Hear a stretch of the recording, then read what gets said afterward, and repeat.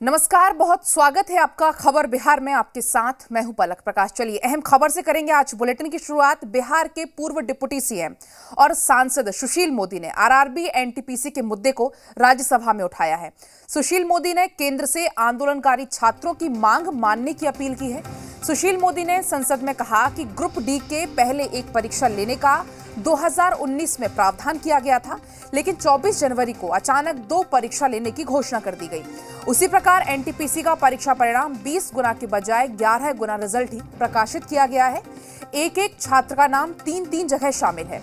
उन्होंने मांग की है कि ग्रुप डी की 2 की बजाय 1 परीक्षा ली जाए और एनटीपीसी परीक्षा में शामिल छात्रों का रिजल्ट 20 गुना घोषित किया जाए। तो देखिए, अब केंद्र से आंदोलनकारी छात्रों को समर्थन मिल गया है सुशील कुमार मोदी का। हालांकि इसके पहले भी उन्होंने रेल मंत्री से मुलाकात की थी और एक बार फिर से अब सुशील मोदी ने छात्रों के समर्थन में आवाज उठाई और एक पद पर एक रिजल्ट घोषित करने की मांग की है। उन्होंने कहा है कि अभी रिपोर्ट का इंतजार किए बिना छात्रों को राहत दी जाए। उन्होंने मांग की है रेल मंत्रालय से, केंद्र सरकार से।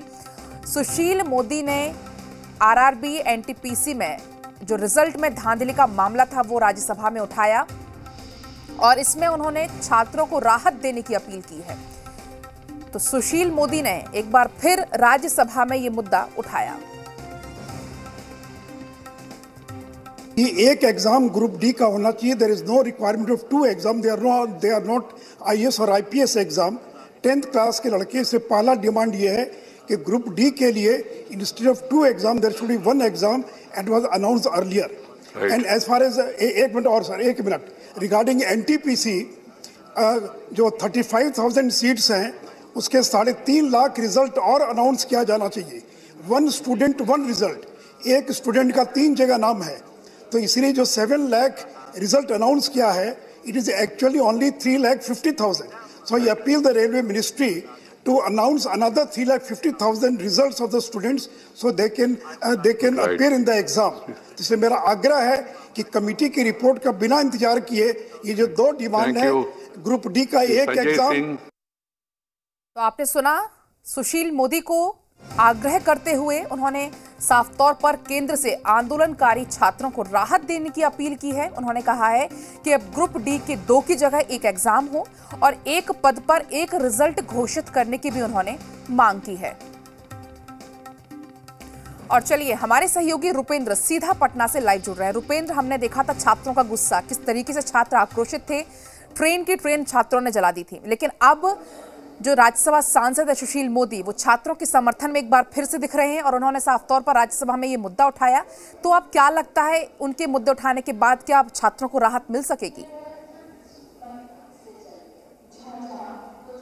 देखिए, शून्यकाल के दौरान जो है राज्यसभा में सुशील मोदी ने छात्रों के समर्थन में जो है ये मुद्दा उठाया था, क्योंकि जिस तरह से छात्र आंदोलन बिहार में हुए थे, जिस तरह से छात्र जो रेलवे ट्रैक पर आ गए थे, रेलवे को जो है आग के हवाले कर दिया गया था, उस समय कई लोग जो जेपी आंदोलन के थे वो इस तरह देख रहे थे कि ये आंदोलन जो है जेपी आंदोलन की तरफ जो है रुख न कर ले।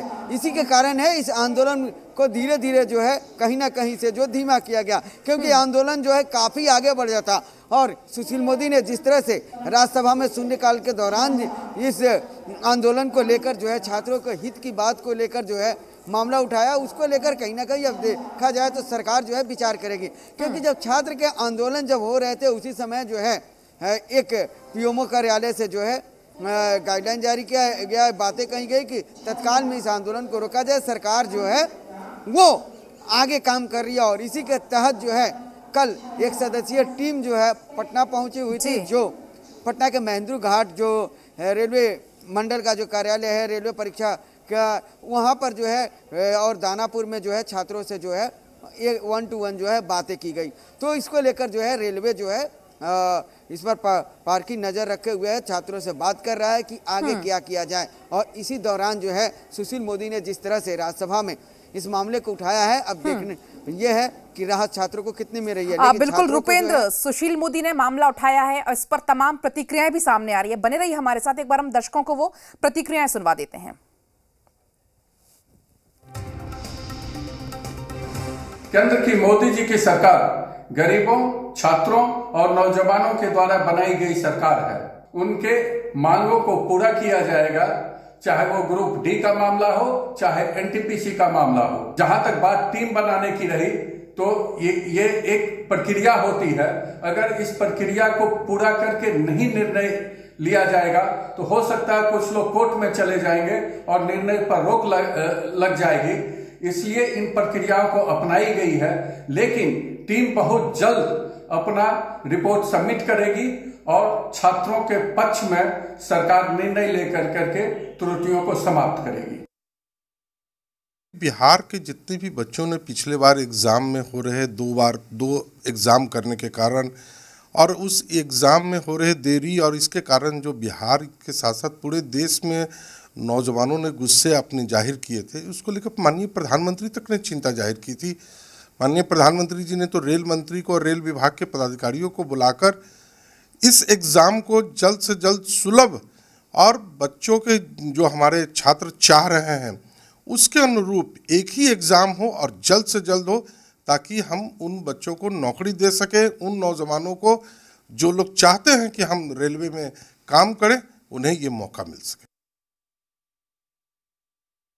छात्र हित में प्रश्न करना बिल्कुल उचित है और हर किसी को छात्रों के हित में सवाल उठाना भी चाहिए और ये हमारा नैतिक कर्तव्य भी है। छात्र ही और युवा ही इस देश के भविष्य हैं और हमारे प्रधानमंत्री जी तो खुद बहुत संवेदनशीलता के साथ छात्रों के लिए दिन रात कहते रहते हैं कि भारत युवाओं का देश है। जहाँ तक प्रश्न रेलवे भर्ती बोर्ड का है और ये ग्रुप डी के एग्ज़ाम का है, तो मैं समझता हूँ कि बहुत ही संवेदनशीलता के साथ और बहुत ही संजीदगी के साथ प्रधानमंत्री जी इसकी समीक्षा कर रहे हैं और रेल मंत्री जी खुद इस पर बहुत ही कड़ाई से पहल भी कर रहे हैं। सुशील मोदी जी ने जो बात कही थी कि सारी मांगों को छात्रों के मान ली गई है, वो उन्होंने गलत कहा था। डबल इंजन की सरकार है, छात्रों पर एफआईआर किए गए हैं, इसको तो वापस सुशील मोदी जी नहीं करा पा रहे हैं। और रेल मंत्रालय ने आनन फानन में चुनाव के मद्देनज़र उत्तर प्रदेश और 5 राज्यों में जो चुनाव होने हैं, इसको लेकर के एक जांच कमेटी बना दी आंदोलन को शांत करने के लिए और उसका रिपोर्ट 4 मार्च को आएगा। तो 4 मार्च को जब रिपोर्ट आएगा तब तक चुनाव खत्म हो जाएंगे, तो सरकार की मंशा ठीक नहीं है। तो रुपेंद्र, जैसा कि आप देखिए बता भी रहे थे कि जो जांच कमेटी है वो कल पटना पहुंची, जांच शुरू भी हो गई है अब, लेकिन आपने सुनी होंगी तमाम सियासी प्रतिक्रियाएं। इस पर अब प्रतिक्रियाएं भी सामने आने लगी, वार पलटवार का दौर भी अब चलने लगा है। रुपेंद्र, देखिए जो प्रतिक्रियाएं हैं वो भी आ रही हैं और कहीं ना कहीं देखा जाए कि इसमें जो है सुशील मोदी का बोलना, क्योंकि सुशील मोदी बिहार के बड़े लीडर माने जाते हैं और ये बिहार में आंदोलन की शुरुआत हुई थी। पास में ही आपको पड़ोसी राज्य उत्तर प्रदेश है और उत्तर प्रदेश में चुनाव होने वाले हैं और ये आंदोलन बिहार से उत्तर प्रदेश चला गया था।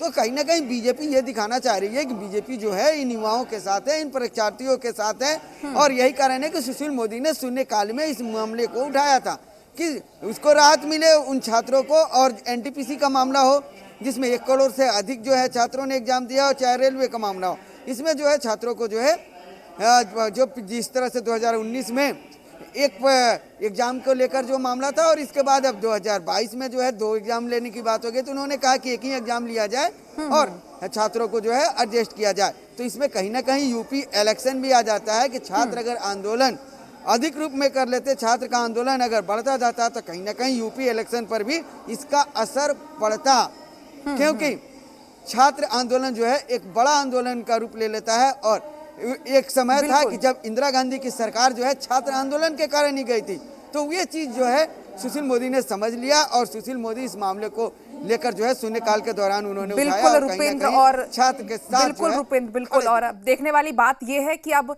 सुशील मोदी की गुहार के बाद छात्रों को राहत कब मिलती। फिलहाल आपका बहुत बहुत शुक्रिया तमाम जानकारी के लिए।